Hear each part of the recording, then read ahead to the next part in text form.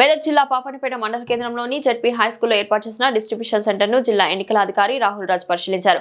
మొదటి ఫేజ్ ఎలక్షన్ల నామినేషన్లు పూర్తయ్యాయని, గ్రామాల్లో క్యాంపెయినింగ్ కొనసాగుతుందని తెలిపారు. డిసెంబర్ 11న పోలింగ్ ఉన్నందున ఎన్నికల సిబ్బంది డిసెంబర్ 10 రోజున డిస్ట్రిబ్యూషన్ సెంటర్కు తప్పనిసరిగా హాజరు కావాలని ఆదేశించారు. 6 మండలాల్లో జరగనున్న సర్పంచ్, వార్డా సభ్యుల ఎన్నికల పారదర్శకంగా జరగాలని స్పష్టం చేశారు.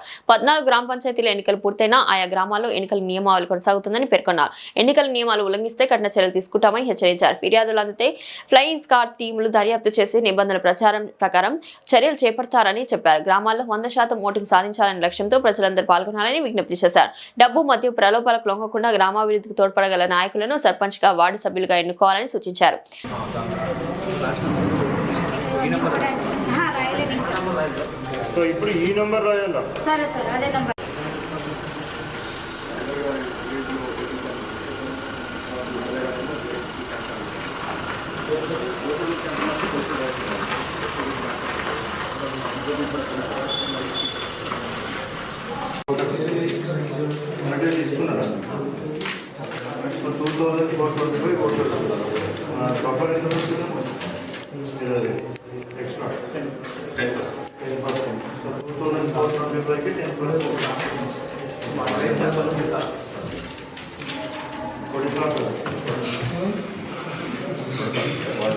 ఎన్ని వార్డ్స్ ఉంటాయి సరే నెంబర్ వేసుకోండి.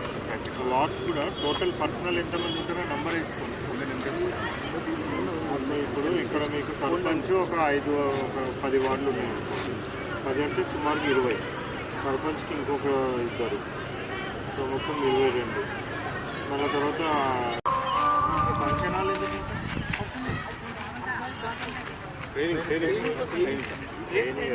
ట్రైనింగ్ లోడెడ్ ట్రైనింగ్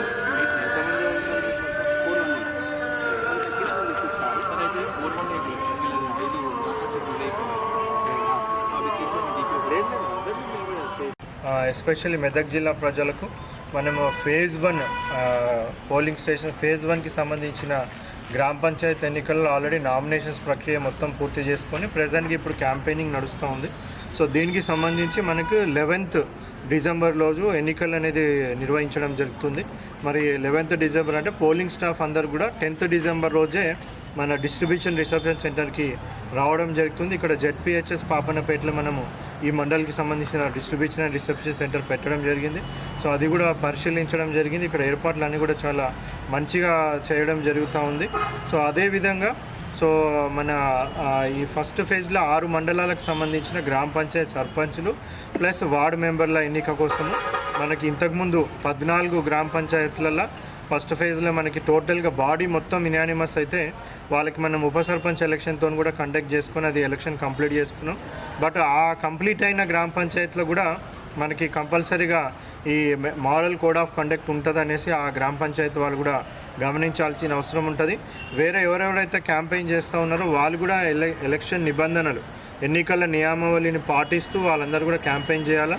సో మనం దానికి పర్మిషన్స్ కూడా అన్నీ కూడా తహసీల్దార్ లెవెల్లో పర్మిషన్స్ ఇస్తూ ఉన్నాము. సో ఆ పర్మిషన్స్ అప్లై చేసుకొని పర్మిషన్ తీసుకొని వాళ్ళు ప్రాపర్గా క్యాంపెయిన్ చేయాల్సిన అవసరం ఉంటుంది.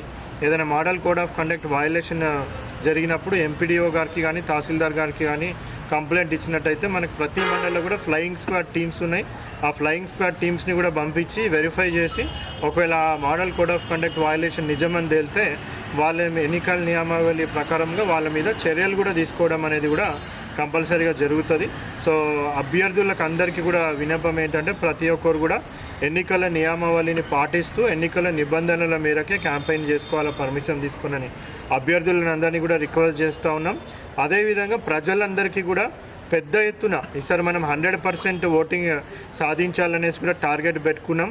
ఏదైనా గ్రామ పంచాయతీల అన్ని వార్డ్స్ ప్లస్ సర్పంచ్కి అందరూ కూడా 100% పోలింగ్ నమోదు చేసినట్టయితే మరి డిస్ట్రిక్ట్ అడ్మినిస్ట్రేషన్ తరఫున వాళ్ళ గ్రామ పంచాయతీని ప్రత్యేకంగా సన్మానించడమే కాకుండా ప్రభుత్వ పరంగా కూడా వాళ్ళకి అందే ఇతర సదుపాయాలు కూడా వాళ్ళకి ఒక సర్ప్రైజ్ గిఫ్ట్ లాగా కూడా ఆ గ్రామ పంచాయతీని ప్రత్యేకంగా చూడడం జరుగుతుంది. సో అదేవిధంగా ప్రజలందరూ కూడా పెద్ద ఎత్తున ఈ ఎలక్షన్ ప్రాసెస్లో పార్టిసిపేట్ కావాలనేసి కూడా రిక్వెస్ట్ చేస్తూ ఉన్నాం. ఏ విధమైన డబ్బుకి, ఏ విధమైన ప్రలోభాలకి, మందుకి, మద్యానికి అన్నిటి కూడా ప్రలోభాలకి లోన్ కాకుండా సో సో అందరూ కూడా ఓటు వేయాలా. మీ గ్రామానికి ఎవరైతే మంచి చేస్తారో అనేసి మీకు అనిపిస్తుందో, లేకపోతే మీ వార్డ్కి ఎవరైతే మంచి చేస్తారో అనిపిస్తుందో అటువంటి మంచి వ్యక్తులను ఏ విధమైన ప్రలోభాలకు లోను కాకుండా ఎన్నుకోవాలనేసి ప్రజలందరినీ కూడా రిక్వెస్ట్ చేస్తాను. Thank you.